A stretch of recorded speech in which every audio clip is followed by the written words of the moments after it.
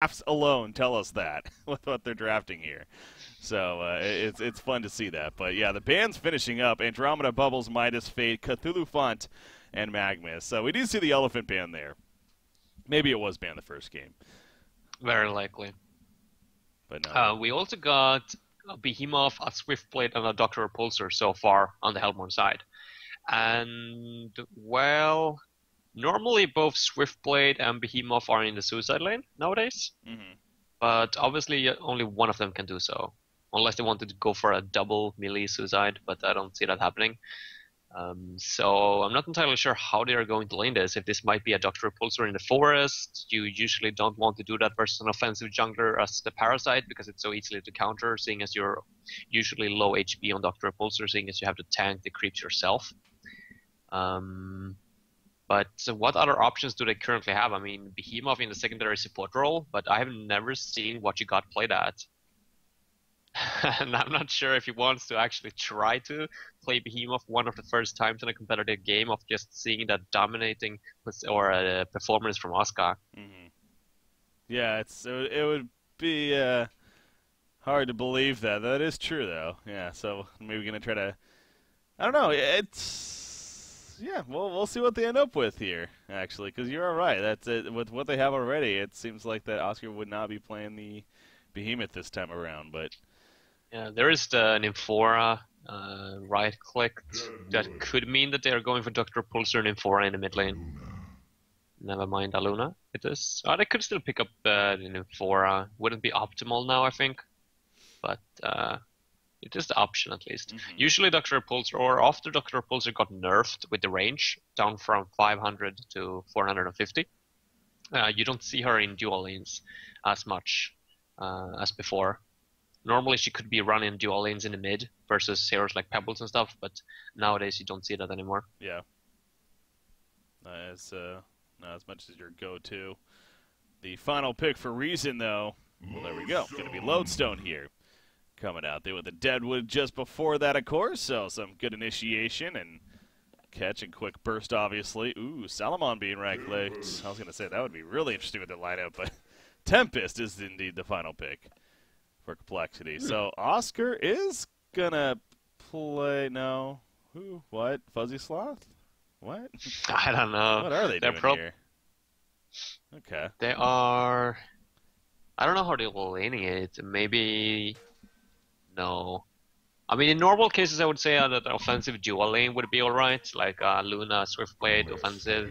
But versus a Clanks, there's no point, because there's no way that it can kill the Clanks with the spin ability. So that's not going to be happening. Then I guess it is it... Who is playing the... Formula... Wait, what? Fussy is playing Swiftblade, so it's going to be Swiftblade in the mid versus a Deadwood? That doesn't sound very... No, that doesn't sound like a good favorable for matchup him. at all, yeah. That sounds horrible, in fact. I mean, Dr. Pulsar's not going to be able to do it. I mean, there's no way, because there's a Moira on the Legion side, so she's going to be roaming around, and if Deadwood were to hit a grasp on Doctor, then that's a secure kill. So it has to be Swiftblade in the mid, I think. It's almost like they kind of forced themselves to have Oscar play Behemoth. It's like, you did such a good job in it last time. We really just want to let you play it again this time, so we're going to kind of do a little different here with some picks. But Oscar, speaking of him, actually chasing down Parasite, but not going to get far enough to commit to anything. So we'll fall back. I mean, my only fear here for the complexity lineup is that there are too many heroes that are farm dependent. In the last game, they had two supports, Fade and who was it? Fade and Moira.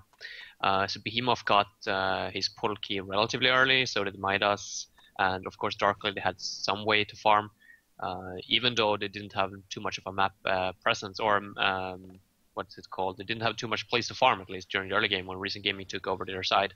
But in this game, like, now you got a Tempest, so you're not going to be able to get any stacks up whatsoever. And Swiftblade, of course, is going to require a lot of stacks himself. So, yeah, you're going to have to play really careful if you're Complexity for maybe 30 minutes, something like that. Yeah. Well, that's the game plan here, and I'll say Doctor, you know, as far as when it comes to carry, Doctor Repulsor is one of those. Sure, he needs a little bit of farm earlier on, but he definitely starts to transition to farming heroes more so than continuing to creep farm and whatnot. So we'll see. Yeah, Swiftblade, I mean, can perform without some farm as well, but yeah, I'm interested to see. I mean, they could start pushing with Tempest relatively early because Lodestone is a terrible pusher, and they don't have too much counter push heroes in the Legion side, so maybe that's what they're looking to do here. Just team up early with an Astro and a Mana Ring. But yeah, we will see. Recent Gaming, at least, they feel like they're going to be playing very safe themselves with the Clanks behind them. Of course, Imba being really comfortable playing that hero, getting the stacks up in the forest, and just trying to buy as much time as possible with Deadwood and Lodestone on solo lanes. In a pause here, I gotta ask while we're in this pause, Nui, how excited are you for Scrap coming out tomorrow? The newest hero. Scrap. Oh, I saw the spotlight video of that yesterday. It was it seemed quite interesting. It really did. It's the new kind of idea that we haven't seen in New York before, with the whole item dropping system. Yeah. Hey, to an extent, obviously with like corpses, we have that with like Belphegor and stuff and Gravekeeper, but yeah, that's it's a little bit different with the scavenging the what do they call them? Morsels? God, I created the spotlight. I can't even remember. Morsels. Oh, don't ask me about the names. I have no idea about that one. No, he's a supportive hero, though, so I figured you would have been kind of interested. Oh, all right. No, I saw it briefly. I mean, the whole stacks scenario and all that kind of stuff. I'm not entirely sure about what does the ultimate do, for example. Wow, you got to watch the spotlight, man. You got to rewatch it. Yeah, I probably have to. He sends an uncontrollable big beast. Similar to the okay, I saw that. Tower, okay, yeah. Wait, what? That's a support hero? Yeah. I thought you were talking about something else. No, he's a support. Subtly. If you watch the spotlight, I mean, it makes a little more sense, I guess. But I mean, that's the idea that they're going for, at least. Whether or not he's actually going to be played as a true support or maybe a different role, we'll see. But what does the beast do then? He just pushes? He just pushes the lane. You tell him to go to a certain lane, and he pushes it, and then he just does a lot of damage. He has a decent amount of health, and he's uncontrollable, but also on towers, he disarms towers. However, he damages himself while he's disarming the tower and doing damage to it. So, okay, that sounds complicated. I have to watch through the spotlight a little bit more. Yeah, there's definitely a lot more to it, but yeah, definitely check out the spotlight if you haven't. And for you watching as well, guys, the viewers, check it out. It's coming out. He's coming out tomorrow. He's gonna be fun. Anyways, we got the lanes developed here. Look at Tempest running into Parasite. Oh my God, nice block. Oh, takes over the Elemental. Yeah, but now he's gonna be forced to go back to his own forest. 23 seconds onto the next thing fast. Yeah. Well played by what you got. That was a beautiful block by him. Surrounding in there. As far as the lanes and how they ended up being, it seems like kind of what we expected here. But, yeah, I mean, Swiftblade versus Deadwood, it really doesn't seem like this is a friendly match for Fuzzy Sloth. No, it's not. It's alright, I guess, until he hits level 6. When he does, he can't even go into last hit. Because if Deadwood gets a smash off, then Swiftblade is probably dead. I mean, he can spin out of the grasp, though, so... Or he can spin out of the grasp, right? Yeah. I want to say yes, but I'm not 100% sure. I mean, it's magic damage, so it should be the case, yeah. Yeah. Oh, he's gonna spin right here as takes a little bit of damage, but again, he's the hard hitting of Deadwood, being all physical there in that sense, or at least not. He can do damage through it, and as we're talking about with the ultimate of his, also goes through it. Oh, Haste Rune. He got a Haste Rune, he's going top lane with it. They can possibly set up a Bloodlust kill right here. I don't think Dr. Pulse has any clue. There's a stun, setting up a perfect Rotten Grasp, and just look at the damage. Onmi gets credit for the Bloodlust. And he's going to run right back to the middle lane as if he wasn't even there. Huge well start. Played by Recent Gaming. That's a big kill for them. That's going to secure Sane, those Marchers as well. So he's going to be able to get a lot more experience here at the top lane. Wow, he's going actually back up. They want to go for this Aluna. He missed the wrong grasp, and now they're diving too much, honestly. Dr. Pulser's porting in. Oh, maybe not. Lodestone's going to get the kill, so never mind what I said. Lodestone, though, he is low on mana and life. However, He's a little too tanky, I think. Yeah, he's going to survive. Well, how about Deadwood spending a lot of time up here? But it gets 2 kills, and now he ports back middle. Yeah, 420 gold per minute. It's, yeah, I think it's worth it, to say the least. I mean, Lodestone, 250 gold per minute now as well. Yeah, well played by Matthias. He's just one of those players that always delivers. When it comes to game mechanics, he's a beast. Yeah. He is definitely, he's been kind of stepping up more and more as one of the fun and skilled middle players in the game. And, you know, he has been around for a while. The name Own Me, he's kind of been one of those players that has been a little bit under the radar. He's been on a lot of different teams throughout history. He kind of has found a home, though, here, safe to say, you know, with DreamHack, his performance there and everything, and sticking with recent gaming. So he's one of these players that's going to kind of be the new generation, I think, of ones that are going to really start shining moving forward in Haunter Season 4 if he keeps it up. So fun to watch him, fun to see him. Also doing well is the Clanks at the bottom lane, as no one is surprised. Imbaboy, that is, again, arguably one of the strongest player-hero combinations in the game right now. Yeah, more or less. So he has done this before many of times. And when you don't have to face the off against a hero in your lane, that also kind of helps. He's literally free farming. That's sometimes, you know. No, of course, that's a great help of him. Behemoth, yeah, he doesn't feel comfortable being down there anymore, and I understand him completely. And look at this, he's Veiled Rot in the mid. They're going to try to go for the Deadwood kill, and I think they are going to be successful. Oh, it's a matter of the fissure stun. He has to line it up appropriately. Oh, okay. Oh my god, Oscar! Stop it! I mean, you did so well last game. Good. Yeah. It did pretty much secure the kill still, but it's like, yeah, it's why not just stun him as well on top of that with the angles. That was a little odd, but the shockwaves are always spot on, but the fissures, we have to talk about the fissures. Yeah, need a little work on that still, apparently. But still, it gets the kill. Did he even get an assist for that? Yeah, he did. Okay. That would have been really awkward. We've been really awkward otherwise. Okay, so he gets the assist. Another Veiled Rot use. This one from Deadwood, actually. He is moving a lot early on, not even being level 6. Figuring, I mean, that's not typical. That really isn't.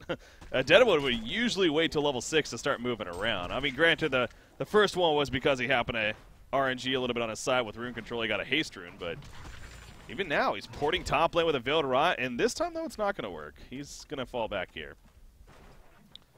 So that one maybe a little more questionable as far as trying to be still, active. You know, I think it was a nice attempt. I mean, Oscar was up there as the Behemoth, so it probably wouldn't have been enough to get a kill, even if he would have landed the grasp. Maybe it would have. Dr. Pulsar has steam boots, but she's still relatively squishy, so I still think it was a nice attempt. But yeah, Fast Slot in the mid lane with the swift play definitely communicating to his team that Deadwood was missing. There's not too many places where he can be on the map right now, if not top or mid. Yeah. Seeing as Behemoth is not even on the suicide lane. That fissure stun, speaking of Behemoth, just out of range of blocking Deadwood right there and definitely setting up the kill. So good attempt, but no cigar. You see bottom lane, tower is destroyed in favor of Imbaboy. Who was it? Actually, I had Fusin on yesterday for the cast, and he actually brought up a really interesting point. Actually, hold that thought, because Deadwood, actually, he's being dove on right here. So if Slashes doing some good damage, he'll throw out the Willowmaker, though, hoping to stave off a kill on himself, but also get a counter kill, and it will survive as a result. And he's still going low, so that could be a big set. No, the stomp from Behemoth just before. Down goes Behemoth, though, but they got the kill on Deadwood just before. Worth it still. Will it be worth it in the end? By the creeps. Yeah, he couldn't get close enough. Shadowstorm's going to explode and hit no one. And the tower top goes down. So overall, definitely in favor of complexity. Yeah, well played by them. Oscar, once again, I mean, making the right rotations and just setting up kills all over the map. Yeah. But you were saying something. Fusen brought up a point. Oh, yeah. So Fusen was talking about how... So you notice that Imbaboy actually just took the tower kill right there and actually last hit it himself. That was a situation where he wasn't really panicked. It wasn't because, he wanted to make sure. It was clear that they were going to get it. He made the point, though, that it seemed like in a lot of cases, you actually want to let the creeps get the kill to spread the gold out to your team, because Clanks is already going to get the farm, and he already is getting great farm, so why does he even need more farm rather than helping out the team, was his point. So what do you think about that? No, I mean, obviously Fusen is correct. Usually that is what you tend to do. In this particular case, though, I think it is because he wants to reach the Final Claw timing as soon as possible. Because as soon as he reaches it, then he can start going over to the Ancients and take the Tri-Stacks. Okay. But yeah, normal cases, yeah, you should let the team get the team or the tower kill. Okay, so yeah, no, that makes sense though. Again, to get in that Thunderclaw ASAP and rotates into the jungle as he does and starts owning in it. So it is coming up pretty quickly right here. We did see Chioli DCing right there, so gonna throw out the pause real quick and hopefully get him back here as soon as possible. In fact, there we go, already reconnecting. Deadwood level 6 now. Obviously, he used the, as I call the Falcon Punch here, but it's coming off cooldown in about 15 seconds, so he'll have that up pretty shortly. He did choose to go the Striders first as well. I mean, he actually had a really good start. So this isn't necessarily a case of he just wants to recover. This is he consciously chose to go Striders. Are you a fan of that, or would you rather see the Steam Boots with his success early on? Or Ghost Marchers even, I guess. Let's see. I mean, it depends entirely on what kind of playstyle they want to run. But seeing as they got the Clags and they are probably aiming to take this into the late game, then I would probably have preferred something else than Striders, yes. Ghost Marchers is usually kind of boots choice that you go for when you have a big lead and you just want to make an even bigger lead. No, but when you want to get really offensive early on. Steam Boots is the ones that provides the most for you throughout the entire game, I would say. I mean, it stacks very well with the late game with the attack speed, and of course makes you a little bit more sustainability as well. Absolutely. A hero like Deadwood as well, something the other team usually tends to prioritize is a little bit more armor, so items like the Sack Stone, the Plated Greaves even. Of course, to get in the Abyssal Skull, the Soul's Bulwark would be important. So far, though, not a whole lot of any of it coming out here. In fact, even Swiftplay, the candidate for something like an Abyssal Skull, he's actually going the Energizer first here, looks like. So. Flags? Oh, wow, that was close. Yeah, the Veiled he's going to be exposed. He Fissure stuns, but with a flying Clanks, not easy to really chase him down there, obviously. So he does easily get away. And the bottom secondary tower. Okay, that's Tankman, that's why. I was like, wait a second. He's there in the Hell Cannon, so gets the tower kill. But do you think that they should be getting some kind of armor here, knowing that they are going up against a Deadwood? I mean, Clanks, to be fair, is a lot of magic, so maybe not as necessary against him, but... They could go for the Plated Greaves onto Tempest. That would definitely provide them with some more armor when it comes to the team fighting and the pushing. Once again, I'm not entirely sure if that's Complexity's kind of playstyle, though. They tend to just sit back and farm as much as possible. Yeah. If they fall behind, then they go for the Veiled Rot ganks, but as long as they're in a comfortable position, they like to sit back and farm, man. That's just what they do. So I don't think that they are going to go for armor, even though I think it would have been another right option here. All right. Yeah, you see Parasite, and indeed is annoying, I'm sure, playing that Parasite here. And 2,300 gold saved up, actually. So there you go, Neophyte's book purchase. So. Yeah, it was another first pick Parasite, by the way, from recent side, I think. It was, no, maybe secondary pick, actually. Maybe Moira was first pick. I can't recall. I think it was first. I'm pretty sure it was. Okay. And once again, they don't have anyone to deal with the freaking catapults or the puzzle box. So that's the one thing that I would have to blame Complexity for in this game. Yeah. Or in the draft, like. Well, I guess not have anything. Obviously, Cthulhu Font's the obvious answer, but what else? Like, so I guess physical damage, like a Deadwood even, or heroes that... He can't do too much versus the catapult though, or the puzzle box. Like, I would say, I mean, a prisoner, for example, can hook in the creeps and the catapults very easily. So something like that could have been picked up, and of course, heroes that can actually pick up the alchemist bones would have been provided, or a good option as well, like a Bubbles, for example, something like that. A Midas, I don't know, some kind of ranged hero that has a way to actually deal with the alchemist bones. Okay. Yeah. Looking at this Hellborn team, not necessarily the greatest candidate once again, but we'll see if they do prioritize it. They ended up getting a last game, as we saw. Fade picked it up. Lodestone top lane in some trouble right here. Takes a green stun, not the longest though. Only hit one creep before, so really, and he didn't actually red stun there either. That's a little questionable from Baba Ganoush, honestly. Usually in that case, you're looking at redstone there to try to set up the kill, but not going to happen. So Zane will easily rocket drill away. Going to be fine. Swift Blade, again, he prioritized the Energizer here with the Ghost Marcher, so double phase effect, but good utility for the team. Portal key on Behemoth, it's a-coming. 1,500 gold saved up. Him and Deadwood, in fact, are pretty close to one another. Deadwood a slight lead over him. Of course, Deadwood has a little bit more to work with as well on top of it, but those portal keys are going to be happening here sooner than later. And then Clanks, Imba Boy, you saw Quincy earlier also stating what he usually goes for. It's pretty much the same thing here. Thunderclaw into Firebrand, Shrunken Head, Geometer Spain, Wing Bow, yada, yada, yada.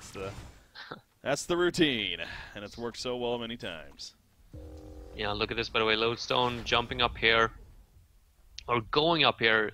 Complexity did ward up the actions, by the way. They need to take this, or they should have tried to take it. Maybe they want to wait until Clanks actually arrives, and he gets low, so they can just jump in with Dr. Repulsor and get an easy pick-off. I think that's what they're waiting for. Otherwise, that was a perfect opportunity to just steal the tri-stack. Mm-hmm. Yeah, that could have been huge. Again, especially this early on in the game. Stealing a tri-stack set of Ancients, it's a huge resource swing for one team. So if the Hellborn side is able to somehow manage to get that, that would be big, especially against a Clanks, who no doubt is going to head over there sooner than later and look to clear them. But speaking of Clanks and stealing Ancients, he's down here at the bottom lane. Oh, look at the yeah. Behemoth is one creep kill away. Yeah, he has no clue. Oh, whoa, those are some awkward bangs right there, but doesn't matter, not really. Behemoth, even Shockwave, just doing anything he can. Trying to hold him off, and actually he makes it with the turn kills. It will. Clanks goes down, and Parasite, no, he takes over the Hell Cannon, and he's just going to, he even holds his ground. He's like, you can't do anything. Elemental Void me, I dare you. Yeah, so he's going to be fine, but I think they'll take that trade. Meanwhile, middle lane, Swift Blade, he is going to spin away and survive. Does Elemental Void affect Hell Cannons? Oh, definitely. Yeah, no, it definitely pulls you in. It does? I don't see why not. I'm not entirely I don't know. Fuck them. I'm pretty sure it does. Yeah, he just won't take damage, but yeah. It's like the idea, like, so if a guy has a Shrunken Head, obviously you still get pulled in kind of deal. Alright. It works the same as Shrunken Head, basically, yeah. I'm pretty sure. Behemoth was, by the way, one creep kill away from his pull key when that gank happened on him at the bot lane. So he's going to be looking to pick it up here in the near future at least. But yeah, killing Clanks, that was pretty big for them. Yeah, that was, and possibly they could get another one right now. There's the power throw. Yeah, it wasn't the best angle though. I don't even know if they saw Clanks there. Yeah, I don't think they did, to be honest. And he's actually going to be fine finishing them off. However, Swiftblade is running over. Going to check it out. But you see Clanks flies over the ledge, is going to be fine. Oh, maybe not. Clanks, he doesn't want to let them take it, but you kind of have to at this point. Behemoth still hasn't showed off his bulky, by the way, so he's doing a great job with that. Or wait, where is it? Oh, we don't even know where it is. Oh, it hasn't even been delivered yet. Did someone he sent drop back it? the courier. No, he had it, I thought. Did he not? I thought yeah, he someone actually... sent back the courier. Oh, okay. I think. Yeah, there we go. That would have been awkward if they actually were to take a team fight and like, oops, my bulky's not here. PK. That would have been unfortunate. But he has it now. He's sitting really far. However, the Ward of Sight is spotting him. So if Recent Gaming has picked up on that, which I'm sure they have by now, they definitely know he has he has a portal key. So yeah, they got a Ward of Sight just next to him. Yep. So definitely that information's there, but they're going to try to hold this fight. In fact, here we go. The Shards of Heart going to apply to Deadwood as he jumps in. Shockwave in the background will stall a little bit. Shadowstorm going out, though. Doctor's dead off the bat, but Deadwood's down as well. Elemental Void. Oh, got really no one. Moira runs into it, actually, on accident. She will get the Arcane Vortex off, however, and try to stall him. But yeah. Okay, yeah, he was in there, too. He always gets lost in the fights, but he is going to get away as well. So what was that, a 2-for-1? Yeah. Yeah, and a tower kill in favor of the Complexity Gaming team. So, yeah, definitely a big win for the Hellborn team. Okay.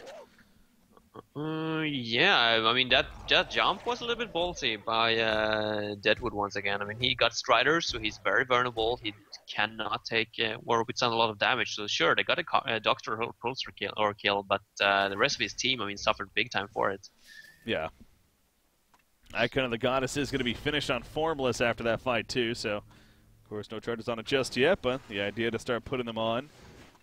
Clanks, though, back to farming. Again, the build that he usually goes for is very greedy, but it's worked out so many times as far as he is pretty squishy. However, the Shrunken Head should be next in line now for him. This ward aside, blocking some more spawns here of the Ancients, by the way. Well played by Baba Ganoush. Gonna prevent a little extra farm there. Well worth its weight in gold. As middle tower taken out from Tankafet, though, yet again. He's doing work, though, but they're pissed off, and they're going to catch him. Can he infest? No, he couldn't infest. That was actually a little weird. Seems like he was almost delayed right there to get the puzzle box out, but he does get picked off. I feel like Complexity is just outplaying Racing Gaming, and I actually didn't expect that coming into the series. I felt like Racing Gaming has been looking really strong. They did have a little bit of a questionable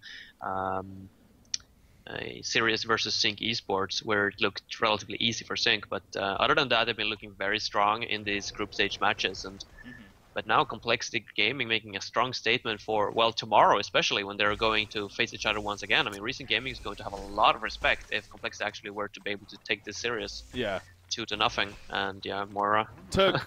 Well, actually, top lane, Dr. Pulsar, Shatterstorm. He's not in range though. Not going to happen. But yeah, in the meantime, Mora getting picked off at the top rune, so they want to try to jump Doctor, but he just was not giving them the best opportunity. They're going to be fine. I want to clarify, you're saying about tomorrow. I believe, actually, their match would be on Thursday. Tomorrow's match, I want to say, would be the first versus fourth place match. Oh, right. Which would be Sync versus Mystery Gang. So, again, we'll talk about that all after this series is finished here. But the point is they will be playing each other in the brackets here moving forward. So, top lane, though, we definitely have an initiation right. Oh, Mora could not Mana Sunder in time, though. And Doctor's fine. Right there, so. Real nice reaction by Formless right there. That was instant. Yep. On his part. I'm not entirely sure what I should say about Onmi, though. I mean, we were talking about him throughout the early game about how well he was playing, but in this game, his place has been really questionable. I mean, going for the Striders, first of all. Just not shaping up very good for the late game. And then he just... Well, he's been focusing a lot on trying to shut down the Doctor, but I feel like he should be focusing a little bit more on just trying to get some farm. Maybe get a Bulwark, something like that. Yeah. Because their playstyle Recent Gaming is definitely to take it into the late game and let Clanks just be that dominating force that he usually is. Yeah. So, yeah, he's not going to be able to do it alone. That's my point. So Deadwood somehow he needs to find a farm. Yeah, it doesn't seem like there really is a whole lot of farm in general going around here. Obviously, Clank's absorbing a lot of it, understandably, but Parasite's managed to get a little bit, but yeah, Deadwood falling in third place there on the team, only at about 285 gold per minute, so maybe that does have a lot to do with, you see once again right here, he's going to Veilrod top, he's looking for kills, which, yeah, ideally on a Deadwood is good, but he's tried this several times now, and it has not paid off. Yeah. He's playing way too ballsy. I don't know why, but I mean, it was the same in the mid lane when the Complexity game was pushing in. He jumped far into the background and went for the Doctor Repulsor, but I mean, when you don't have a pool key on lodestone, you can't really follow it up. They should have just let the tower drop and tried to defend the secondary tower instead, I feel. He's a little bit too much in a rush in this game. Yeah. Should try to sit back a little bit more. Well, we're going to need to think about defending this middle tower. You see they're setting up top, hoping to gank somebody, but meanwhile their middle secondary tower is going to be pushed in now, so I got to assume Complexity, they're going to think about, or Reason, excuse me, going to think about falling back here, because this is not the exchange that you're looking for if you're Reason, but for the time it's being, too late already to fall back, and I think it's alright. I mean, it is a tower for a tower, and Reason Gaming, they want as much farm as possible right now, just for the flanks. Yeah. So, easy tower kill in response. Again, the secondary, though, for the first one. That's the biggest difference there. Complexity, I feel like this is a mistake, though, to actually fall back like this. I feel like they should just keep pushing. I mean, at least until you see one or two port backs. I guess you don't necessarily have anyone to be in front, though. Yeah, okay. Never mind, I take that back. They don't have anyone to be in front and actually go uphill, so I guess they couldn't. Yeah, so they will start retreating here. Okay. he is going the Lex Talionis, and I will say, again, this is actually something that I happened to have Fusionado yesterday, like I pointed out earlier too, and he actually did bring up this build as well, the idea of going the Striders into the early Lex with the portal key. It is good synergy there, and you know, again, it does make sense, but at the same time, as we have talked about and how this game has kind of continued to play out, he has not gotten the opportunities of jumping for easy hero kills. So that's where, yeah, I think it's kind of a proven fact throughout this game that this is really not the most useful build, unfortunately, for Deadwood here. But he's going to try it, man. Look at it again, though. Okay, I mean, he's playing so bold, and it's good that he's trying to buy time, but yeah, he's not really finding his groove this game. I think the Bulwark would have been much better. Either that, or you just go for a straight-up BKB so that you can jump someone and get out safely. Yeah. How about Swiftplay, by the way? He went the Energize earlier on, then they actually followed up with a portal key here, so has that initiation to work with now. Playing more of that secondary, or more of the kind of the utility, I guess, the initiator even, ganker kind of hero rather than a true carry option. Yeah, I like it. As long as they jump straight onto the Clanks in the team fights, then the Legion team is not going to have any damage output whatsoever. At least if BKB timings hit. And Swiftblade, well, he doesn't need a BKB for obvious reasons since he got spin. Yeah, I'm guessing the Brutalizer is going to be coming out here for Swiftblade. With that said, is 2,800 gold saved up. So just about there, and especially with that portal key, it just seems like that's the ideal follow-up. Imbaboy does finish the Shrunken Head. He's level 15 here as well. You see Mora scouting out Kongor attempt. So they are aware, but they had just started it, so not the best information yet for a reason, as far as if they're going to commit to it or not. And as we see, they're not going to. You got Complexity falling back, and oh my god, Tango Fat. It's like Swiftplay's going to come back here. I want to kill you. If he gets him out, actually, okay, so there's a lot of creeps up. Behemoth jumps in, and down goes Parasite. So, yeah, they do make questionable, questionable ultimate though from Swiftblade. Yeah, pretty sure the spin would have sufficed right there. True. Yeah, that's a good point, actually. And actually, that was kind of funny. Baba Ganoush is the one that took the damage from the Mauler explosion a mile away right there. But Deadwood, in the meantime, he's going to die. He got caught as well. Trying to look for more kills, as we keep going on about, but not working out here. 1-4-3 now on the Deadwood. So struggles are yeah, real. he got that first blood of his, but after that, not so much. Yeah, he's just in general very, very frustrating hero, no doubt, to play against. Kongor is now going to be attempted again. Take 2 here. This time it seems like a little more reasonable from Complexity, as Swiftblade jumps in, gets bashed right away, but he does have the Brutalizer now. As we're talking about Clanks, he's going in with some illusion, so just like last game, that proved to work out very well. I think this one's a little more obvious. Kind of just charging in. Got this. Not even flying, just on the ground. He is level 16 as well, so the Goon Squad level 3 here for Clanks, and that means, what is that? That third pet deals 30% of your base damage now. Even more damage coming out. But they will scare them off again. Parasite, he finds Tempest. Going to open out with the puzzle box minions as well, the face hug, but not nearly enough for the kill. As he immediately falls back. However, Clanks is still chasing, but no. But Parasite, he's going greedy. The Mauler explosion kills him. And now Parasite on the run. He's going to be fine. How did he kill Tempest? Yeah. The Mauler explosion. He got the last hit on it. Somehow. Why the hell would what you got start attacking the Mauler? I don't think he attacked. I think it was like Glacial Blast. I think is what it was. Oh, it just happened to last hit brutal. it, yeah. So, got the kill. Tankafat actually gets out with a kill, yeah, that's... Oh, man. You do see the Soul's Bulwark on him, by the way. Again, this is his style, too. Tankafat loves to go this very kind of tanky. We saw last game. He is tanky, man. Oh, Swiftblade finds Deadwood, by the way, and yes, he's going to get the kill. Ron Grass doesn't connect. Power throw coming through. In fact, Mora missed. Ultimate. She tried to hit him. Yeah. It's trapped Clanks instead, so he doesn't get a kill on Swiftblade. Yeah. Jail is done. He's gonna officially retire after this game. Yeah, that was a double whammy insult right there.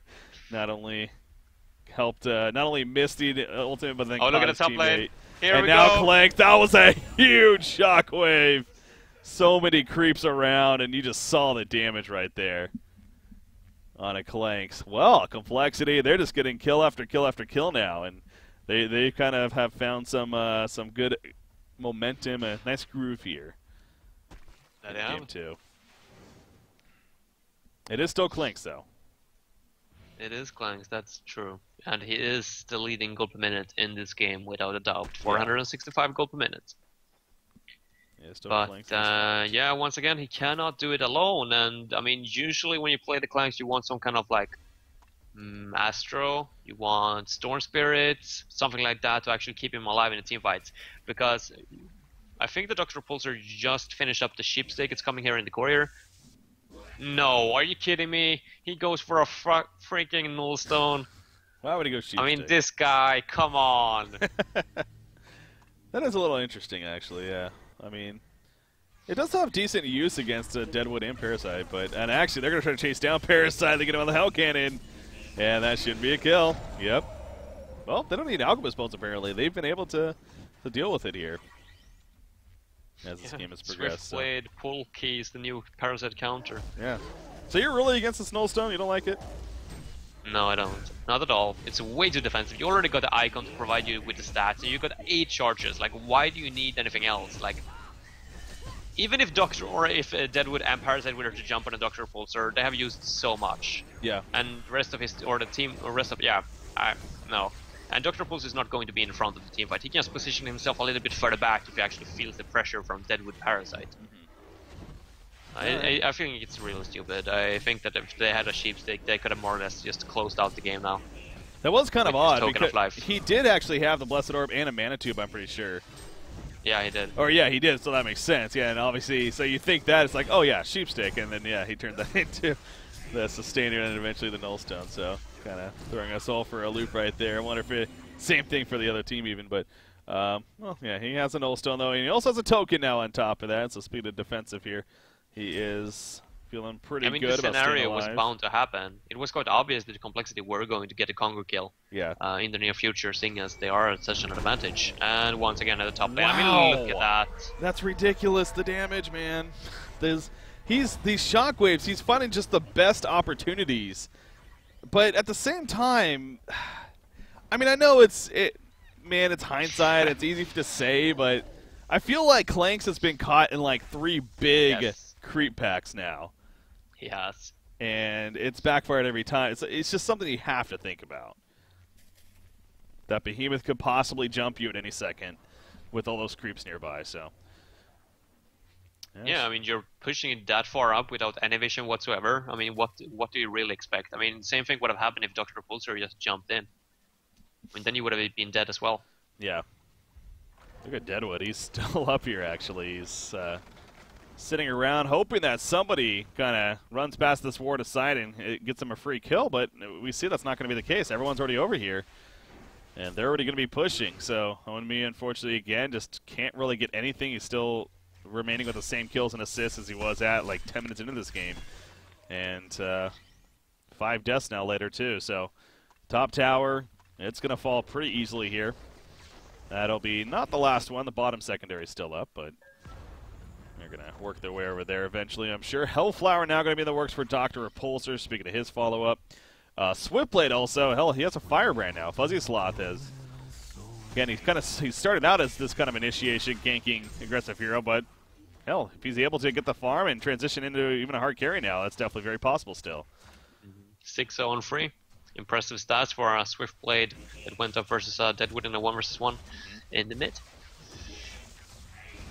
Yeah, that's right. Considering the matchup there. Middle, or it's Dr. Repulsor. You see the Leech takes off the Nullstone, and they face hug in, but not really big follow-up. Yeah, too bad he didn't have a sheepstick, then I could have killed this Parasite. That's true. That's true. Gonna wait for the next creep wave here. The tower's not taking the most damage. Seems like they're holding it off pretty well. But Behemoth, he's waiting. He's waiting for the right time. He's hungry. for the creep wave to spawn. He could jump Parasite right now. Get a kill probably, but no. Shatterstorm off to the side. Okay, Lowstone jumping in. Not the prettiest, though. They do catch Tempest. Dr. Pulse already flies in, though. Clanks, he's jumped by Switchblade. He's trying to run this whole time. Deadwood comes in. The Shockwave, but the Sugar Nut on Clank's going to be fine. They kill Behemoth. Deadwood stays alive. Clanks is able to do some pretty good damage here, and that is showing big time. Everyone's dead but Dr. Repulsor. And now Doctor, can he fly over the ledge? Yes, he can. Clanks, he did not want to commit, didn't need to. Lowstone goes in, going to finish off Doctor. No, the Nullstone comes through right there as it absorbs the head smash. Deadwood blinked on the upper side direction as well. Yeah. And look at that regen. He's not gonna get away. He's not, but rocket drill. Okay, not necessary. Now, can they kill him again? Yeah. Press R, ludicrous speed. He can't do it. Well, genocide. I mean, I hate to say it. I mean, that was not a previous initiation, of course, by Same, but the teamfight in general played out very well by Recent Gaming, with having Clanks in the middle of the fight and the Parasite getting face hug off on the right target and all that. But I have to blame Formless a little bit because of this, because he's so useless. He had a token of life, but still, I mean, what happened? What did he provide in that teamfight? Absolutely freaking nothing. Yeah. If he had a sheepstick, they could have easily turned that one around, but nope. Nothing is happening. Yeah, especially you got to hear like Clanks, where the whole idea is that you want to jump in first and get him CC'd and, you know, follow up off of that. That's, yeah, no, I definitely see your logic a little bit more now, especially after that last fight. My eyes have been opened. that maybe the Nullstone really wasn't the best investment here, but he is working towards a Hellflower at least, and, you know, ideally he should have that before another fight breaks out. But definitely a case where Complexity, thinking that they did have a lot of momentum and feeling pretty good right there. Didn't break through, though. And, in fact, Legion team held. Clanks is even more farmed now as a result of that, and that's always a scary thing. He's going to have a Geometer Spain here now to follow things up. Buyback situation. It's not a whole lot of buybacks being used. In fact, Zane's the only one that's used a buyback as well. And, again, on Lowstone, really not the biggest deal in the world that he's down one buyback here. So it's and I will say also another big thing about the last fight is that Oscar, that was not the greatest initiation. He actually, when he did eventually jump over the Shockwave, the Sharknado was already up on Clanks, and so it did nothing to him really. And they weren't even able to kill Deadwood after he jumped in either. So yeah, but maybe also to the credit of Reason, they've picked up on that and they've been spreading out a little bit better now, and not giving him the best opportunities here. Tempest had a very offensive position as well in the last team fight. Did he probably void? I don't think he ultied. No, he didn't. I don't know, Lodestone ultimate missed. Or maybe the ultimate hit, but stun missed at least. Okay. But I think it was a Moira illusion that mana drained into Tempest. Yeah. Or something like that. And he was really low HP, so he didn't want to risk wasting his ultimate. Clank's gonna continue farming up here. You see Deadwood is nearby. Baiting a little bit, seeing if he can catch anybody. Moira's going to scout the Hellborn team moving through the Legion jungle. And they're going to kind of scare them off a little bit. Going to keep them busy, really. Okay, you're going to Storm Spirit Swiftblade. Yeah, that was... For some reason right there. I don't know why he did that. That was obviously an illusion, and they weren't really following it up, so... But he's fine, so... Moira, by the way, just Striders. Has not been a friendly game for him as well. Only has one death, though, to be fair. It's not like he's been feeding necessarily, which is good. Deadwood has found his place home, or found his way home once again. Yeah, he's up with the trees where he belongs. This is he's with his people up there, so he's having a good time, enjoying life, talking it up, I'm sure. But they need to worry about this bottom lane because this tower, it's gonna fall, and no defense actually. So token obviously not on or anything. So next Kongor.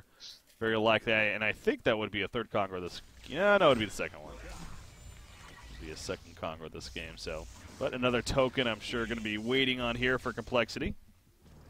Well, they have to wait for the Hellflower as well to finish up on Doctor. Otherwise, he's going to be just as useless as in the last fight. He's got a regeneration rune now, so he's having a good time. Yeah. Portal key on a Luna, by the way. Baba Ganoush has had some pretty good farm, apparently. Yeah, 237 gold per minute, jeez. Okay. You sound a little iffy about that. Yeah, it doesn't have a great synergy. I would have preferred a tablet, just to get people away from a little bit of different stuff, like, for example, a Lodestone ultimate. If you're fast, Then you can easily tablet your teammates to safety. Mm-hmm. Yeah, I get that, but yeah, it doesn't seem like it is the strongest synergy with Luna. But at the same time, again, Portkey in general, though, it is one of those just good items to have. It's good for following up teammates and catching himself. The stun, better positioning for that stun is never a bad thing either. Doctor, by the way, top lane. Deadwood finally has a little bit of an opportunity here, but it's no. He really doesn't at the same time. Because obviously the Null Stone, here this is where the Null Stone is pretty beneficial to have. It would make it pretty difficult to get that effectively. And he's not even going to try. He's still... I don't get it. He's literally been up here in the woods throughout this whole game a good, I would say, close to 8 minutes now. And I don't think he's gotten a single kill out of it. No, he hasn't. It's just sitting there waiting. It's either this or I mean, to be farm, fair, as long as he keeps or stays away from the minimap, then he's more or less doing his job. Okay. I think it's as easy as that. Because you see the wards on the complexity side. If like Deadwood would have been running around, like, I don't know, following clans, I don't know. There's no farm on the map to take for him anyways, so it doesn't really matter too much. But if he would have been showing himself on the minimap to those wards, complexity gaming would have been feeling much more secure. Nowadays, or now, seeing as he's always missing, they need to be careful. Like, constantly careful, because they have no idea where he is. Yeah. So played. Going towards the top lane with the rest of the team apparently. Well, no, they're not too sure what they want to do just yet. Obviously, again, Kongor not up just yet. I don't think they're going to really try to break into the base without that Kongor kill. I think it's safe to say. For complexity, going to play being very patient, knowing that's just their style. Moira. Yeah, still no Bondi. That's probably something that I should have picked up instead of the Portkey on Luna now when I think about it. True. Especially if they want to go for the next Kongor kill, then they need vision. Or they need to counter ward the area around Kongor pit at least. Well, you got Steam Staff picked up on Imba Boy. Looks like the Assassin Shroud is that, or no, Wingbow. It's still probably going to be Wingbow, I assume. Oh, actually, Swiftplay getting caught, by the way, by Parasite, but no, here's the response. Dr. Pulsar, not the biggest, I guess. I thought there was more here. They're coming, actually, and he takes over the Mauler, but the stun from Luna as she jumps over the Portkey. The Mauler is going to explode, and now going to be caught is Parasite. He will go down when it's all said and done. So he thought he had a chance himself for a kill of Swiftplay, and he got pretty close, but Doctor got there in time and helped turn things around. And now Kongor is back up again, so easy Kongor kill, I would assume, from complexity, as long as they put their mind into it and just commit. Do you think that's going to be a Wingbow, actually? Or will it be on the Clags? Yeah. I sure hope it's going to be a Wingbow. What he always gets and everything, but it is odd seeing the Steam Staff first, though. Yeah, sure. That's a good point. Usually you want to get... maybe he was just afraid of not having a buyback. Or something like that. I don't know. I mean, you should have had enough money for the Dancing Blade and still had a buyback, but... Yeah, don't ask me. Yeah. It's going to be a Wingbow at least. It's not going to be a Shroud. Okay. Token on Doctor once again. He obviously has the Hellflower now too. You do see the Demonic get finished in full on Parasite. He had that before his death, obviously. So that last little skirmish he had, but that's a great item for this Legion team to have. Sacrificial Stone on Behemoth. Stressed that earlier on in the game, how beneficial it gets a hero like Deadwood in general. So having that for the team support there. There's the Portkey on what you got. We haven't seen the biggest Elemental Voids this game, but now the potential's definitely there. And yeah, there's a Snake Bracelet, so it is officially going to be a Wingbow here. Just needs a little bit more gold for the Dancing Blade, but yeah, that is going to be one of those tough spots depending on how quickly Complexity pushes right here.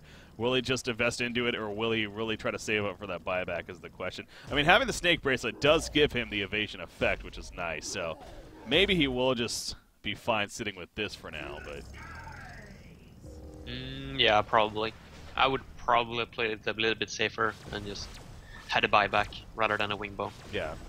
I mean, it gives you plus 100 attack range, so that goes pretty well with his abilities, but I still think that he's gonna, save up for the buyback first.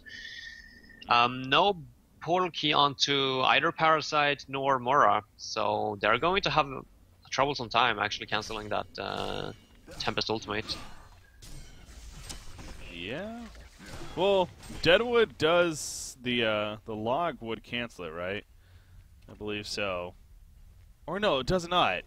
No, I think we don't actually think have so. talked about that before. Yeah, no, so it doesn't. Okay. So I guess then that wouldn't work. The Willowmaker would, but it's a matter of positioning. Yeah. Yeah, kind of like a taunt from Legionnaire or something. But so yeah, they do a Parasite. They do more. I mean, they got ways. You're all right though with the lack of portal key and stuff. Look at the Veil Rot here as well. Yeah. On the Clanks. Oh wow, yeah. He gets hit, but don't even realize. So yeah, he's not buying the Wingbow here. He definitely has enough gold for it, but choosing not to invest. Wants the buyback. He's spotted. Careful now, Oscar. Lodestone, yeah, catches Oscar. If they're going to kill him right off the bat, there's the Storm Spirit, though, shrinking it on to Clanks. He wants to kill him quickly, though. Will they get that? Switchblade jumps on Clanks, by the way. And Clanks is dropping fast, but no, the bounces weren't the best right there. Lodestone does go down. In the background, Dr. Pulsar still holding his ground. Token of Life on him still. He is very low on mana currently, though. Parasite jumps in, going for a Swiftblade. Will get the kill, and now Doctor's going to end up falling.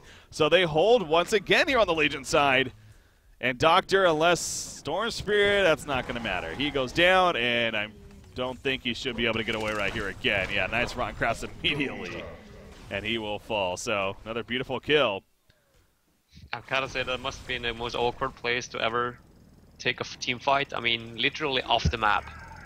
I mean, it was hard to even catch the fight. I mean, the camera was so far to the left that hero icons were more or less blocking the fight. But yeah, I mean, I'm not entirely sure what Oscar was doing up there. That was really risky. They should just be playing as safe as possible. And I don't think that they should try to break base, to be honest. They don't have anyone to be in front. It's only the Swiftblade. And unless they get an opportunity somehow or a hero pick-off, they should just be farming the forest. Yeah. They should just get offensive wards up, get a bound eye, and just control the map instead. Don't let Recent Gaming leave the base. They just shouldn't be pushing themselves up that hill. It's just not going to be possible. Yeah, so the tokens have proven not to really be the best here for Complexity. They've used two so far, and both times the same result at this top lane. They haven't even killed a tower even. So obviously credit definitely to Reason Gaming, but you're right, maybe positioning here from Complexity, feeling a little too confident with that token. Not working out. I will say about last fight, I don't know if I caught it in the replay. Let me check it here real quickly. Oh, definitely not, because there was no replay to show there. But anyways, the jump there from Swiftblade, actually, he jumped onto Clanks, pressed R, and the Swift Slashes was doing some good damage, but he ended up bouncing back to Lodestone, and as well as the Illusions absorbed a lot of damage right there. So Clanks did get fairly low, but he wasn't low enough. Granted, he would have been able to buy back, yes, but obviously that would have set the back a little bit more. So, but RNG just was not on Swiftblade's side right there, and in the end, Clank stays alive, and now he does have that full Wingbow purchased. As you do see back and even more important almost is that they now have a Storm Spirit as well on their team. So even if they jump Clanks with that Hellflower, for example, then they will easily be able to defend him. I mean, if Dr. Repulsor would have had a Sheepstick before the Storm Spirit was on top of Deadwood, then it would have been able to just jump Clanks in every single team fight and one-shot him. Yeah. But now they don't have that luxury anymore. So Complexity, they really missed their timing, I feel. They still got a really good lead in this game, and I still think that they are going to win it as long as they play it accordingly, but they need to be careful because they lack a little bit of damage now. Oh, this could be something big. Dr. Repulsor, he will find Lodestone, but I don't think he knows that so many are nearby, actually. Clank's coming in with that shrunken head. Need to be careful not to get too clustered, though, of course. Parasite, he goes in with a face hug, gets the kill onto Aluna. The chase continues. Tempest jumps in. Swift slashes, bounce around. The Elemental Void, it catches everyone, actually. Clanks, in the meantime, though, not enough damage follow-up. And he's going to be fine, still sitting in the background. Doctor jumps in, and he goes down shortly after. And now Tempest, he's trying to run. So the Elemental Void, it seemed like that was going to set up pretty big, but no damage follow-up. And Swiftblade just falls back. It was way too late. I don't know, Complexity Gaming in that team fight, they were so spread. Well, throughout the entire game, actually. Game number 1, they played team fights so perfect. But now it's more or less Recent Gaming's turn to just control all the team fights. Complexity Gaming, for some reason, they feel a little bit too overconfident. Because Dr. Repulsor jumping in like that was not the best choice. And Elemental Void, Tempest has more or less just been a non-factor the entire game. There's a reason they banned Clanks the first game. They left him open the second game, and Recent Gaming, they picked him up, and here we are. 46.5 minutes later into the game. And Recent Gaming now is officially pulled ahead, and yeah, I don't know if that's going to change necessarily, but this is the start of a chance at least. Complexity jumping in. Storm Spirit on a low stun. He'll die shortly after, though. Moira, not going to be the same story. He's going to die pretty quickly. Bound to Die tried to kill it, but unsuccessful with that task. Parasite can't do much about that Hell Cannon. Try to block him off. He tried there. to block him, yeah, but a nice sidestep by Tankafat. And he gets away in the end. So I really think, I mean, the Teleporting side, yeah, Doctor, I agree with what you're saying too. Doctor's just, his impact's been so mute this game. It's been nothing. It feels like, at least. I mean, again, that's not to say that he's absolutely done nothing, absolutely, but it feels like that it's really not been a whole lot. And they're really banking on Swiftblade now. As actually, I'm not sure what Onmi was doing up here still, but he gets taken out. But they're banking on Fuzzy Sloth here, kind of taking over as that carry. And you can definitely see he's trying to transition into that. But because of how he started here and everything, he's not necessarily taken off as a Swiftblade carry. It's going to need a little bit more time now. Yeah. They finally got a Bondi at least. I think it was yeah, they took over Moras, but they should have had a Bondi miles or like so many more, like 10, 20, 25, I don't know. They should have had a Bondi much sooner at least in this game. I cannot understand why they haven't picked it up yet.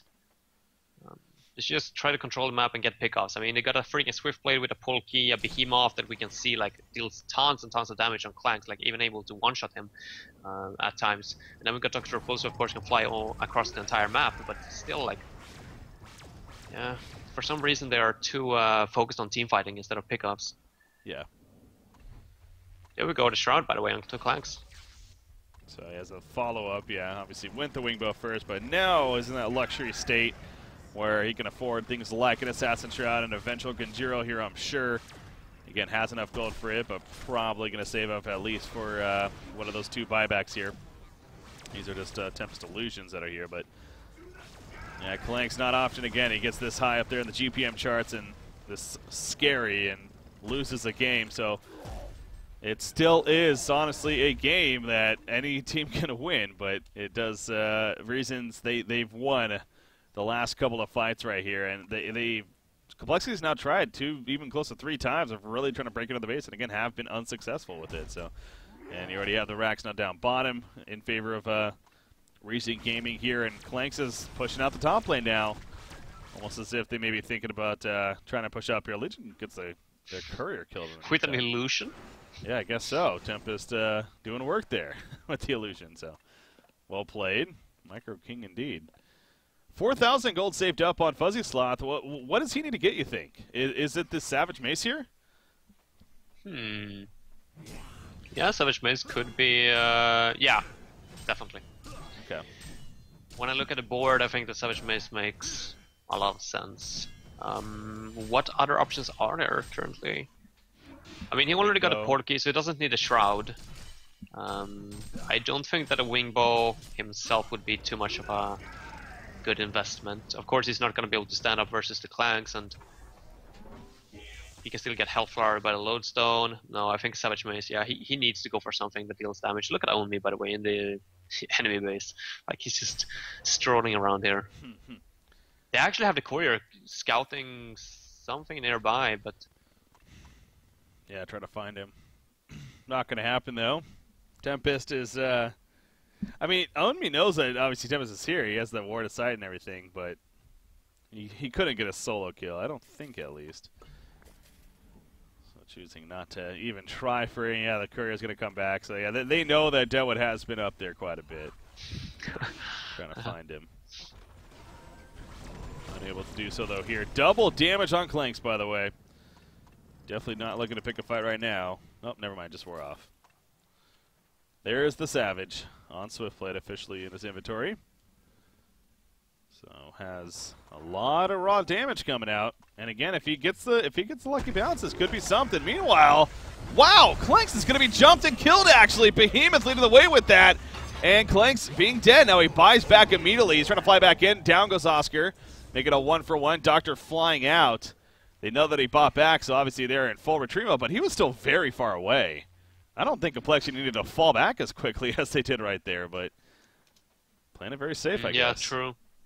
Yeah, probably someone just in the Skype just be like, buy back, and then everyone's just like taking the safe option. Just falling back. Behemoth got a buyback as well. I do not feel like they should give up on this Kongor. It's bananas as well, remember? Yeah, that's true. This is the third Kongor kill, so this is definitely that very impactful one. More impactful even. Dr. Repulsor jumping in, finds Deadwood. Kongor is going to fall. Who gets a token? So Fuzzy Sloth got it. He steals it right there. Parasite, he's being locked out by the Elemental Void with the Moira. Arcane Vortex, it didn't catch Tempest, but it did stall a lot of damage from happening. Shuriken heads are up. It's just a clusterfuck in here. Dr. Repulsor, he pops the bananas actually. He picked them up. He used them. Down goes Clanks. Parasite will end up dying. Yes, it goes down. And Lowstone goes down. That's a hat trick for Fuzzy Sloth. Everyone know Tempest did die, but a 4-for-1. Moira's on the run. Is gonna maybe no. Look at the low life Swiftblade. He doesn't even care. He knows Moira can't do anything. They shouldn't. Yeah, they shouldn't invest so many heroes doing chasing him. They should just go straight for the racks. Like one hero would have been enough. Wow, the quad kill coming out, and now Complexity pushing in. Buyback situation. Deadwood, the only one with one. Everyone else is staying dead. So Complexity, they should at least be able to get one set of racks here. Yeah, I hope they get two. And they have the token on Swift. They should be able to get two, I think. Man, that banana use there from Dr. Repulsor. I'll get the replay here in a second. Make sure no fight breaks out right here, but that was pretty clutch by him. All of a sudden, shoots back up to full life and full mana when he was just about dead in the midst of it. So they stole both the token and the bananas right there. And they win the fight, and they get the top racks, and now they're pressuring middle here. You see Deadwood buying a post-haste, by the way. Jumping in, they kill Swiftblade. That was a lot of damage, actually, from that Mana Sunder. Yeah. That's decent potential. Oh, Willowmaker on to Swiftblade right there. Arcane Vortex uses as well. Doctor getting caught, flying out. Swiftblade, in the meantime, trying to fall back. Is not going to happen, though. Doctor, he should be able to get away here. With that ludicrous speed, yeah, he's good. So they kill Swiftblade, though. He does have a buyback. Oscar's out of buybacks, by the way. Yeah. They failed to get new offensive wards, though, throughout that time. I feel like that's something that I should have tried to prioritize as well. On the other heroes that weren't pushing, of course. Because you can see Rusher's wards here, or Babu Ganoush's wards of sides. They are going to run out now, so the map is going to be completely dark for both sides, actually. Here in the next 20 seconds or so. Yeah. It's going to be scary. I tell you what, again, knowing that nothing ultimately really is on the line here, yet here we are with this intense match going at us of Recent Gaming versus Complexity. And again, it shows you that they just love to play to compete, and it's fun to see. This is its purest form right here. Nothing on the line. Yeah, they're playing a hell of a game, entertaining us and having fun with it. So, but anyways, Clanks, yeah, he's 31 or more 100 gold saved up. He did, again, have to use one of his buybacks here. Still has one more, though. The only situation where there are no buybacks left is that Behemoth. And Swiftblade wasn't forced to use his, so he will have a good chunk of gold right here to possibly buy something else. Whatever that may be coming up. Maybe now the Wingbow himself after the Savage Mace wouldn't be the worst option. Because you don't have a Savage on Clank, so... That's not coming just yet. Yeah, I think Wingbow is going to be his next choice. And after that, he would probably replace the Polki with a Genjuro or something like that. But you would need a lot of gold before that happens. And I would assume that the next team fight more or less is going to determine the game. It feels that way, at least. Yeah, we're getting to that point, aren't we? Where it's... we can only have so many more fights here before the base just naturally gets pushed in a one-team win. So definitely is setting up for a pretty awesome finish, though, no doubt. Let's take a look at that replay here real quick while they are defending their base. Again, you see the ninja right there from Fuzzy Sloth. Elemental Void, it was decent. The Arcane Vortex, it was interesting. It didn't actually stop Tempest, but it did prevent all the damage from happening, so it was good in that sense. Then here's where Doctor nearly dies. He died about half-life, no mana, but then, yeah, Banana's up and eventually helps turn it right there. So, man, it was a cluster in there, but just enough firepower for Complexity to come out on top in the end. So, and that has proven to be the biggest fight so far, as both teams are down a set of racks here. Whispering Helm is the choice from Clanks. for him. So Symbol of Rage. yeah, going to be the symbol route. So no Savage will come out for him eventually. There'll be the symbol here. I guess he feels forced to go for yet another defensive item. I mean, it is Clanks after all, so he's still going to deal damage. But the damage output is going to be limited.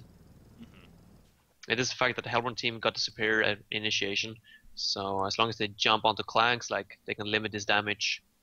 And he wants the Symbol of Rage to actually be able to stay in the team fight even after he gets jumped. Yeah. But look at Deadwood, by the way. He went for the post haste as well. Not entirely sure if that's the right decision. I don't feel like he's the one that is going to be able to backdoor by any means. I feel like he should have been saving either for a buyback or just get a Void Talisman or something like that. Yeah, he has been making, again, a lot of decisions here, I feel like, as far as just the pace of this game. But it's, you know, he's confident with it, I'm sure. He is level 16 now as well, so does have the level 3 Widowmaker here. Maximum potential is real there. Well, while we're waiting for Formless to get back here, hopefully sooner than later. Again, guys, so as far as coverage continuing here for the Onslaught 2 event, again, this is the final game of the group stages here. Obviously, as we keep going back to this game itself, because of how the first game went, we do know the seeding's down no matter what happens here. So, Sync will be first, Reason Gaming second, Complexity third, and Mystery Gang wrapping up the fourth team. Fun to watch them throughout the group stages. Looking forward to seeing how they do in the brackets, which will start tomorrow. And in fact, tomorrow's matchup, I believe, will set to be Sync Esports versus Mystery Gang in a best-of-3. So obviously with the brackets, we'll now bring on the best-of-3 format all the way through the final. So it is double elimination as well. So Tuesday, Thursday, and then on Saturday and Sunday, we got coverage for you guys going to be taking place. So a lot of coverage to come, and looking forward to seeing what happens throughout all that. And then also, again, it was announced, not the full details and information just yet, but Hunter Season 4 is coming up as well around the corner. And you guys can sign up now for the qualifiers that are going to be happening then the following week here. And we'll be covering, of course, a lot of the qualifiers leading into the season, obviously. So looking forward to content kind of starting with all that and the new season upon us here. So there you go. Excited moving forward. I'm also excited, again, especially, I don't know, it's not tomorrow's patch by any means, but I believe there is going to be a bigger balance patch in the near future here. That'll help lead into the new season, so that's always fun to see what that's going to be about as far as hero changes and other heroes. Hopefully we get some introduced. Yeah, new interesting heroes. I would personally love to see all the solo heroes get back into play again, like the Polywog Priest and Soul Reaper, Torture, those kind of heroes that just were so dominant back in the days in those 1v1 situations. Yeah. Unfortunately, have been falling off a little bit. You know, I'm actually curious to also see how the new Keeper turns out and if he's going to be of interest to teams after his rework. I think so. I think he's going to be played. The question is, I personally haven't experienced too much with him or played too much with him, so I don't know if he's like if you were to block, for example, certain camps, if he were to struggle a lot more, because I know that he's farming relatively slow in the start and then he like speeds it up by quite a bit when he reaches level 5. But it would be in case he's easy to counter in some way, like if you can, for example, block a certain camp and then shut him down. I don't know if that's the case, but otherwise I think we're going to see him because he can be an incredibly late game carry if you build him correct. That's what I've noticed, and I know a lot of other people have as well. He's transitioned from a very heavy jungler support pusher hero to a guy with a very powerful ultimate still, yet also has decent carry potential now in the end. So it is kind of interesting how he's transitioned into that different style there. But I could see the potential being there and being a valuable jungle option. Because again, I mean, the Root's still arguably one of the best ultimates in the game. There's no doubt in that as far as what it does. So, and just good utility as well. I also like the idea that he can armor up towers too. Now that's actually kind of cool to help counter push or prevent pushes from happening. Yeah. It's the fact that you have to play 4 versus 5 up until Keeper hits level 6 that is the problem with the hero. I mean, there's no other forest hero that's currently that useless. Well, that wasn't that Keeper before, though? Like, Keeper's always been that case, though, yeah, but right? he was always played as a suicide before, more or less. We saw him plenty in the jungle, though. I mean, Hanskin yeah, was times maybe, but yeah, that's true. But, like, then he had the Keeper minions to tank for him, so that he could easily, like, take the hard camps and stuff. Now he's gonna be so low HP when he's farming in the forest, so... Yeah. I'm not gonna speak too soon. We're just gonna have to wait and see. It's gonna be interesting at least to see if he actually gets a place in the competitive scene. Yeah. All right. Here we go. So we're zooming on. Formula's there is back and good to go. It looks like. Oh, Tankafet. There go Clanks as well. Invis with that Genjiro. They're looking for a jump. They find Swiftblade.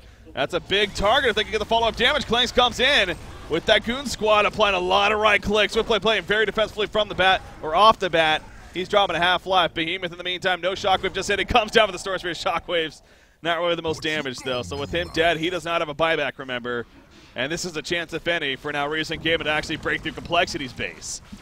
Wow. It's just a game of just swinging. This is always what happens, though. Like, as soon as after a pause, like, if you make an initiation, you're always going to catch your opponents off guard. I don't know why people doesn't see it coming, but it's just... people take advantage of it every single time. Oh, and speaking of jumping, Parasite gets jumped. Another Storm Spirit, though, coming out. Devil gonna cut as well. The Elemental Void, it is going to be canceled pretty quickly right there. Arcane Vortex stalling a lot as it does. Parasite barely staying alive. Dr. Pulsar trying to finish him off, though. He will be able to do so, but at what cost here? Low Sun, Shadowstorm, down goes Swiftblade, and Shadowstorm hits Dr. Pulsar. He barely stays alive using that ludicrous speed of Fizz, but Clanks is still well alive as a buyback does happen from Swiftblade as well. So it is going to eventually chase them back, and yes, Lodestone will get away there. So more buybacks used. In this case, Swiftblade. Close game, to say the least. And it continues. That's where we've been Genjuro picked up, or did Clanks have a Genjuro before? Yes, he had it going into the fight, yeah. Okay. So has that plus 4,400 gold. Yeah, he had that, and then he bought the Whispering Helm after, remember, so similar rage is going to be next in line here. Yeah, he's got it now if he chooses to go for it. Maybe he wants to once again play it a little bit more safe and wait for the buyback. Yeah, probably. Barbed Armor, Hellflower, Portal Key on Lodestone. Good combination to have there. See, Parasite, he actually has close to 2,000 gold more saved up, so we'll see what he goes for next. But in the meantime, Complexity, it's another round of this. Mora gonna stall them. Elemental Void is on cooldown. I do not think a Complexity should commit to this push. Yeah. Man, Arcane Vortex is a freaking short cooldown. 80 seconds. It's actually only level 2 and it's 90 seconds here. I feel like it's up every fight, and I don't know if that should be the case. Because it's like just as impactful as an Elemental Void, and yeah, Elemental Void's like twice as long cooldown, it feels like. Maybe not as impactful as an Elemental Void, but it's close. It's up there. Yeah, but you can't hit the targets like when they're in it, so it's still powerful. I think really it does need a little longer. I'm not gonna lie. I don't know why that just hit me, but this game it's made me realize that Arcane Vortex like up every fight. That's a powerful tool to have. Every fight that takes place. Yeah, true. I don't think though that this Barbed Armor was too much of a, or I don't think it was a good pickup on Lodestone. No. I just don't see it being useful in this fight or in this game.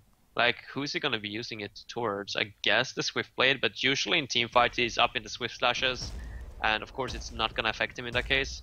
And versus Dr. Repulsor, I don't see that Dr. Repulsor is ever going to be focusing in the Lodestone. So I feel like he can activate it if he wants, but nobody's going to hit him. I mean, it's such good synergy with the hero. Yeah, but not if nobody hits him. Like... No, yeah, true. But I don't know. Swiftblade's one of those heroes that, you know, he's going to be doing some okay AoE with the spin, with the Swift Slashes. Obviously, he's not guaranteed to know. Yeah, but it doesn't affect him. Oh, that's true, yeah, when he gets Swift Slash, you're right. Okay. Yeah, I don't know. I mean, it would be versus if he uses it like before Behemoth uses his Shockwave or something, but Behemoth is never gonna focus the lodestone anyway, so... That's true, yeah. I don't know. It's not like I think there were a lot or better items, at least, out there that he could have potentially gone for. Okay.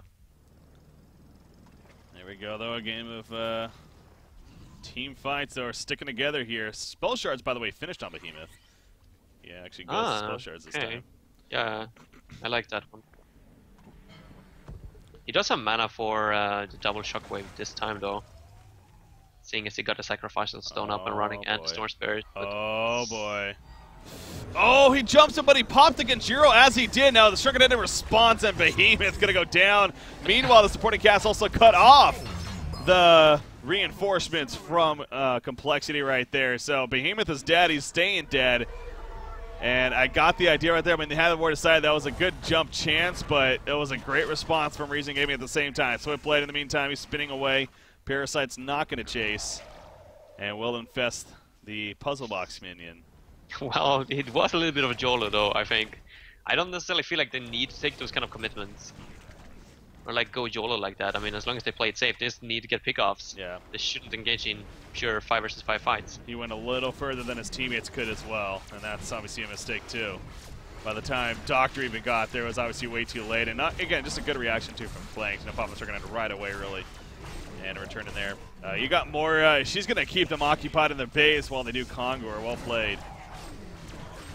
And that will be a free Kongor kill as a result. Token Ambit has dropped. This time, no ninjaing going to occur. And Clanks picks it up. 6,500 gold on Clanks, by the way. Yeah. At this time, or now when he got the Token of Life, you cannot focus him anymore in the team fight. So what do you do if you're Hellborn? So he dropped the Whispering Helm, right? Where is it? Is it on the courier, maybe? Or did he sell it? Probably. I don't know. Maybe he did. He was like, screw it, I'm so rich anyway, I don't need this. It's just 1k gold, so it's like no biggie for him. Well, easy melee racks killed. Meanwhile, top lane, it is going to be pushed out by Deadwood right here, so... Yeah, double checking the courier, and no, nothing on the courier, so I guess he just sold it. Meanwhile, Moira gets jumped. Doctor flying in. Picking her off. He chose to go the Frostfield plate, by the way, over, say, the Sheep Stick here. I don't know. This item build is a little bit questionable.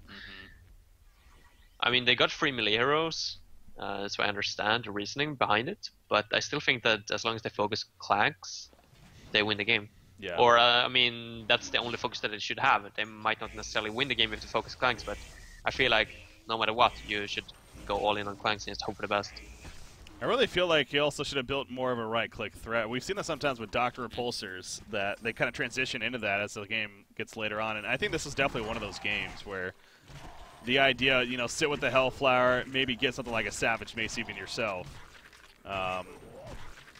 to really try to enhance those right clicks, because this whole jumping in, dealing a lot of magic damage, it's good. If you see right here, he's going to go for it. Behemoth falls up. Parasite is going to be picked off, actually. Lodestone, he got there late. Barbed Armor now coming up. You see Deadwood following, too. But that Frostfield play actually doing quite a bit right there for Dr. Pulsar, but now Clanks is here. He's dealing a lot of damage to Doctor. Not enough, though. Clanks being locked down. The Elemental Void coming in. More with the Arcane Vortex. It'll barely save Clanks, but I don't know if it's going to live after this.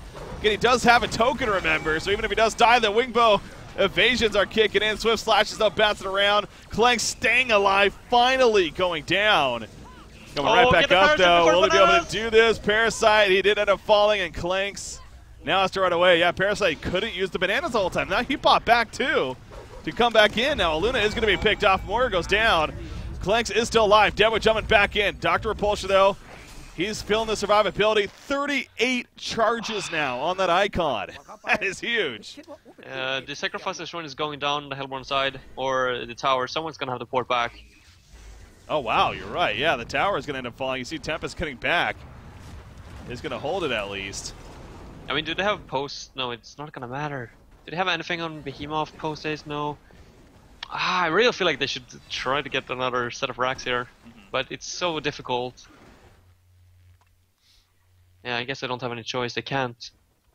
They had to defend the Sacrificer's run. Yeah, exactly. I mean, I understand that definitely, especially with Clanks still up.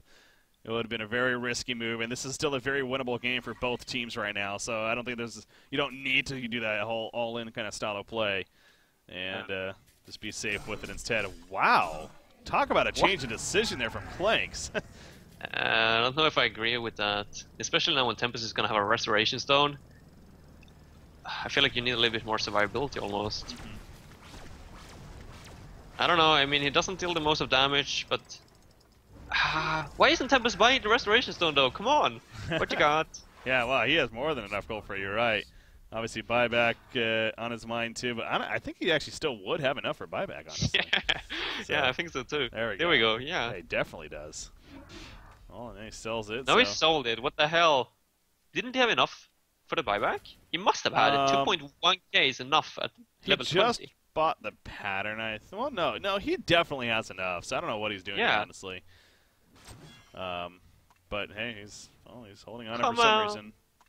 I mean, there's not a fight taking place just yet, so as long as he has it before the fight takes place, that's what matters. There we go. He does buy it there, and it looks like he is going to keep him now. Okay, so yeah, he still has 2,200 gold saved up, so definitely enough for a buyback here. Swiftblade, he's getting a little aggressive here. Obviously, the puzzle box will spot him, though, and quickly turns around. Almost think that Clank should have picked up the Savage Maze now when I think about it, instead of the Rift Shards, because then he could have cancelled the BGB, the Tempest ultimate. That's a good point, yeah. Well, Rift Shards is level 4, right? Yeah, level 4. Whew. You see the 900s pluses constantly popping up, though. It's hard to be against that, to be honest, but it's... I understand the logic, though, definitely. Boy. Deadwood, hey, they finally found him up here. About time. They end up catching him, so... Well, you got apparently 2-0 with Restoration Stone on Tempest. Has not lost with it yet, so... Goodbye the freaking Bondi and get some map vision, guys. Come on. I mean, it's so dark on both on both sides. Yeah, it is. At this point, it definitely is. You see, Moira's getting some vision up. And Aluna gets a freaking Thunderclaw. Hey, creep clearing here. In a game like this, there's a lot of pushing happening with the bigger creeps, so I kind of like it. Yeah, I think like if she's going to be the one to defend, I guess she has no other choice. It's only one side though. No, wait, it's Millerax and mid as well. Never mind. Yeah, deal with that there. Swiftblade. Oh yeah, that's right. He got the full Genjiro here, so yeah, that too. Also choosing to get the Genjiro over the possible Wingbow option, but figuring that Genjiro would be better off for him here. Mobility, despite tapping the portal key too.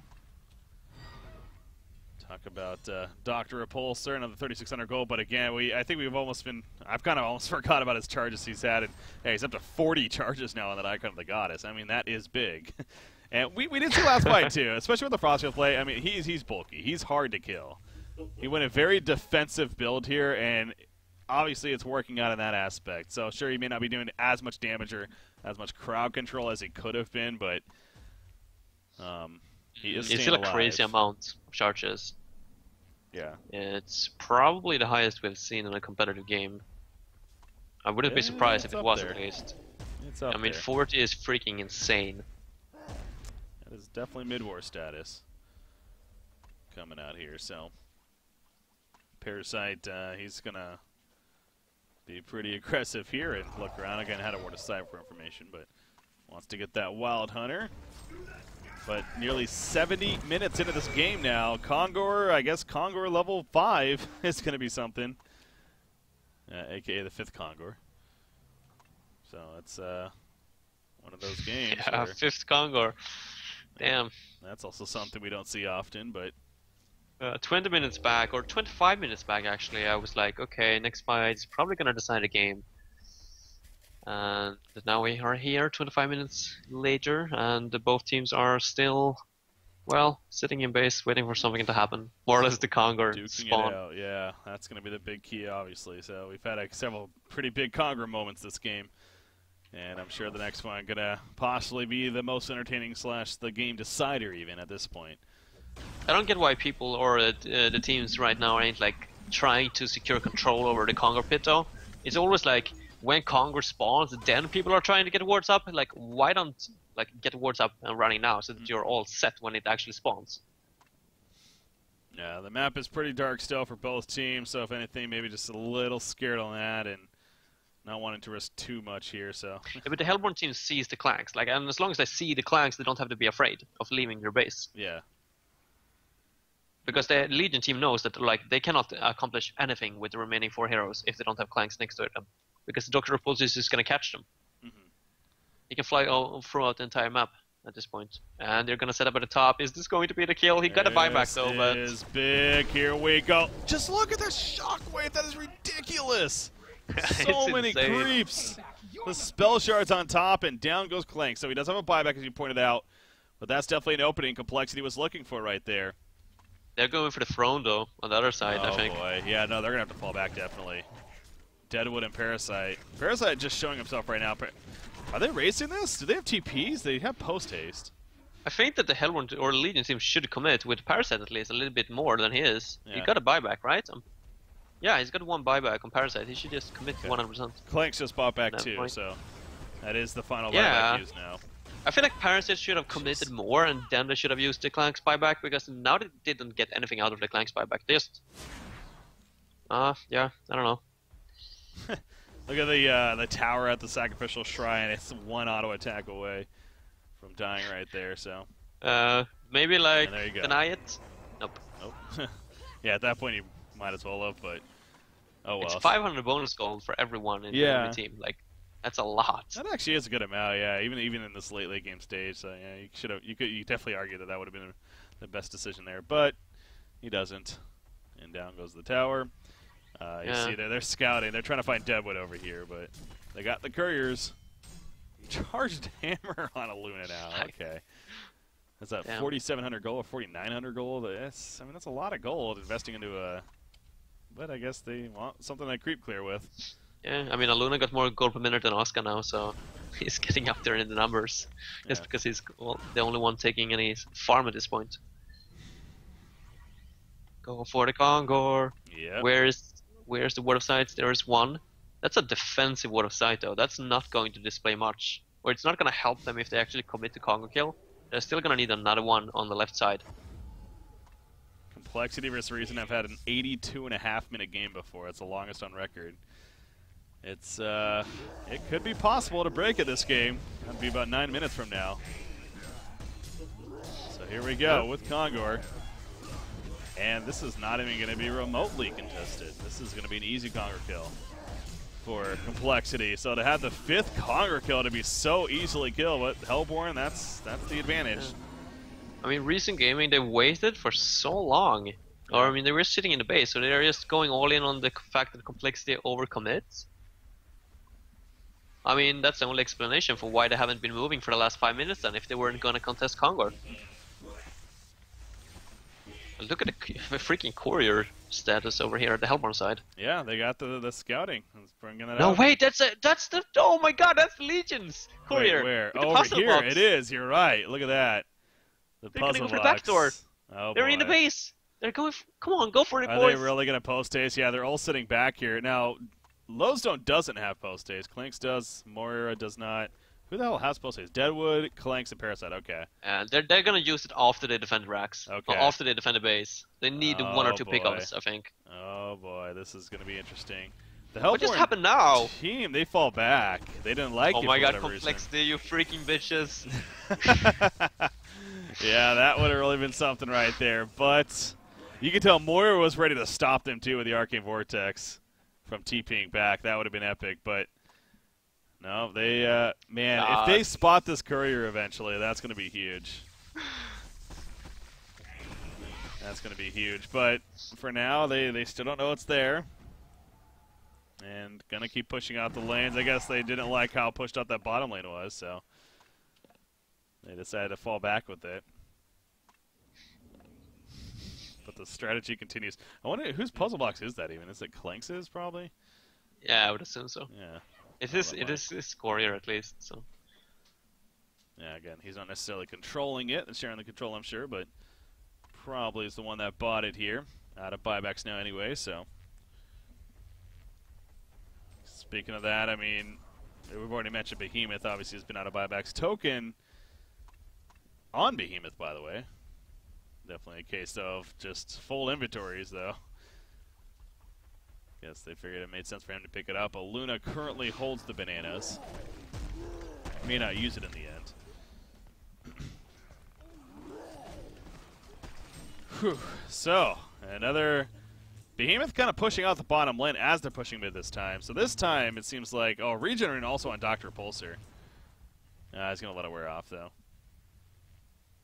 Wasn't going to keep it going there. Here we go with the Courier once again, though, kind of poking in here. Whew. It's just a matter of time. They're not committing, though. It's... I mean, I can understand what Complexity is doing, because at the same time, Reason's just sitting in their base. So it's like, you can't blame Complexity for not going all out here, but...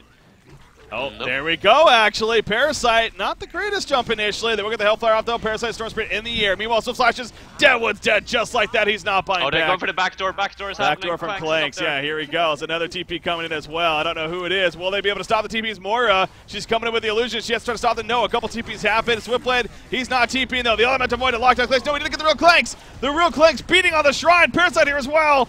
Did they just do it for Reason Gaming? The back door, the second Elemental Void. This one got Clanks. No, actually that was Dr. Repulsor. Anyways, they stop it. Parasite, they'll kill him as well. They'll save the Shrine.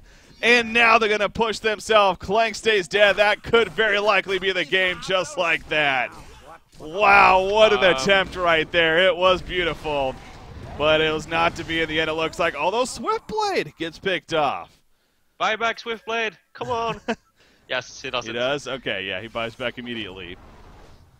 And now here we go. There's no more buybacks on Clanks. I mean, they just have to go for it. Commit as 5 people. Or wait, the Rax or the Sacrificer Shrine, though. The Courier is still up here. It's 25 seconds left on Puzzle Box cooldown. Yeah. No, this is still doable here, honestly, for Reason. It really is. In fact, especially, well, the Arcane Vortex isn't up just yet, but they still have both of their towers at the World Tree. So they could still defend for a little bit longer here. The bottom racks are still up, so it's not mega creeps just yet. Clanks is up in 26 seconds now. Arcane Vortex is up in 25. I have a feeling that could be huge. Meanwhile, here's a jump, actually. Wow, there was a kill on a Swiftblade. Here is the He's staying dead. Backdoor coming out from Lodestone jumping in. No one's TPing. They're going to be stopped if they try, I'm pretty sure. Everyone's going in. They're not TPing. That's game. Reason Gaming defeats Complexity with the backdoor strat. GG, well played. Oh, that was beautiful. What the hell? What kind of ending was that? Okay, it was an epic ending, but why was Behemoth out there farming the freaking bot lane? Why wasn't he like next to the throne instead? Was he? Yeah, it seems like they kind of almost. It seems like they were just absolutely all in after that, rather than playing it at least a little cautiously. But yeah, sure enough. I got the replay here on that one, too, that very final push that ended the game. So, look at Swiftblade here, too, by the way. You know, he's feeling comfortable. He's pushing it up, and then he gets bursted, actually. I mean, they had TPs, too.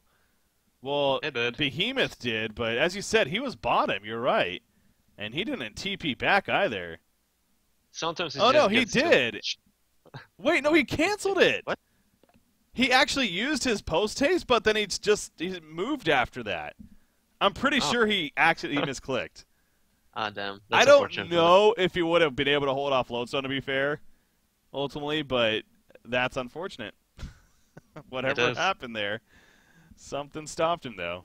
All right, well, in the end, yeah, you know, I mean, 80 minutes game almost, and there's a lot of stuff going on. I mean, I guess the communication